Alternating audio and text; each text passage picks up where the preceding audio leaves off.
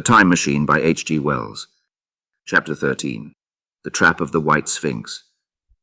About 8 or 9 in the morning I came to the same seat of yellow metal from which I had viewed the world upon the evening of my arrival. I thought of my hasty conclusions upon that evening, and could not refrain from laughing bitterly at my confidence. Here was the same beautiful scene, the same abundant foliage, the same splendid palaces and magnificent ruins, the same silver river running between its fertile banks.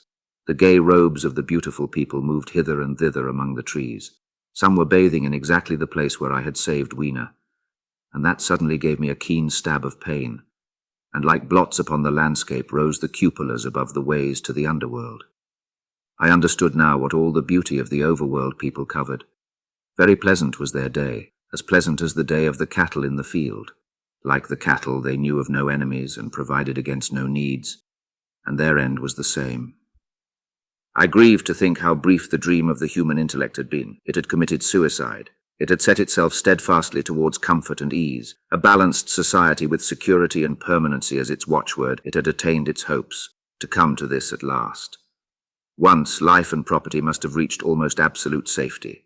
The rich had been assured of his wealth and comfort, the toiler assured of his life and work. No doubt in that perfect world there had been no unemployed problem, no social question left unsolved, and a great quiet had followed.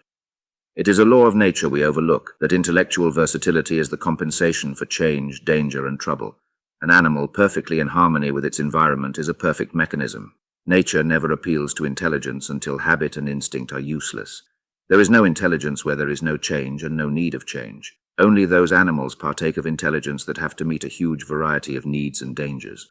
So as I see it, the upper-world man had drifted towards his feeble prettiness, and the underworld to mere mechanical industry. But that perfect state had lacked one thing even for mechanical perfection: absolute permanency. Apparently, as time went on, the feeding of an underworld, however it was effected, had become disjointed. Mother Necessity, who had been staved off for a few thousand years, came back again, and she began below. The underworld, being in contact with machinery, which, however perfect, still needs some little thought outside habit, had probably retained perforce rather more initiative, if less of every other human character, than the upper.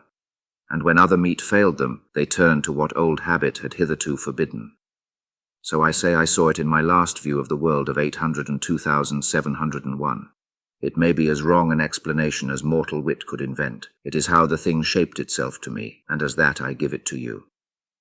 After the fatigues, excitements, and terrors of the past days, and in spite of my grief, this seat and the tranquil view and the warm sunlight were very pleasant. I was very tired and sleepy, and soon my theorizing passed into dozing. Catching myself at that, I took my own hint, and spreading myself out upon the turf, I had a long and refreshing sleep. I awoke a little before sunsetting. I now felt safe against being caught napping by the Morlocks, and stretching myself, I came on down the hill towards the White Sphinx. I had my crowbar in one hand, and the other hand played with the matches in my pocket. And now came a most unexpected thing. As I approached the pedestal of the Sphinx, I found the bronze valves were open. They had slid down into grooves. At that I stopped short before them, hesitating to enter. Within was a small apartment, and on a raised place in the corner of this was the time machine. I had the small levers in my pocket. So here, after all my elaborate preparations for the siege of the White Sphinx, was a meek surrender. I threw my iron bar away, almost sorry not to use it. A sudden thought came into my head as I stooped towards the portal. For once at least I grasped the mental operations of the Morlocks. Suppressing a strong inclination to laugh, I stepped through the bronze frame and up to the time machine. I was surprised to find it had been carefully oiled and cleaned. I have suspected since that the Morlocks had even partially taken it to pieces while trying in their dim way to grasp its purpose. Now, as I stood and examined it, finding a pleasure in the mere touch of the contrivance, the thing I had expected happened.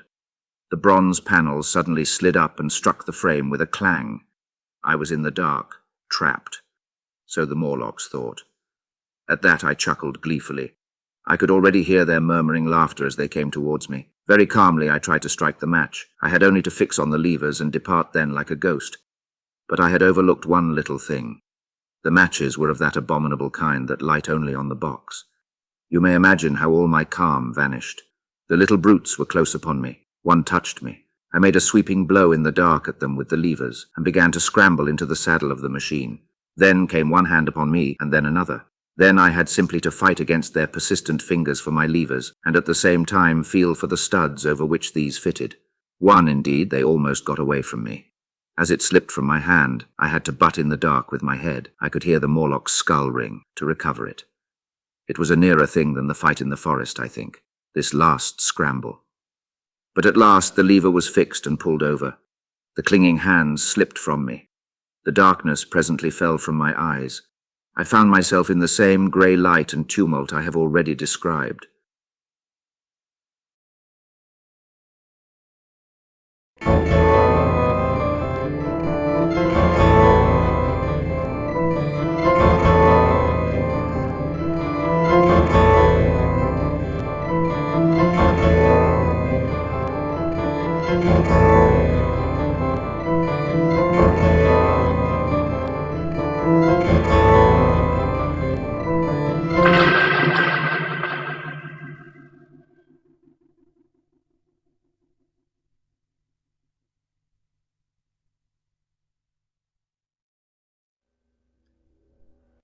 Masters, mistresses, the Doctor requires materials in order to maintain the TARDIS and ensure continued functionality. He similarly requires carbon-based comestibles to sustain his own biological functions and existence.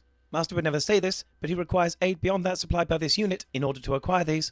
To aid the Doctor in his various tasks and creations, this can be most effectively achieved via Patreon or Substack subscriptions, or through donations directly to PayPal. Or if you desire physical goods in return for your contributions, written accounts of my travels with the Doctor are also available on Amazon. Links are in the description below. Thank you, Masters, mistresses.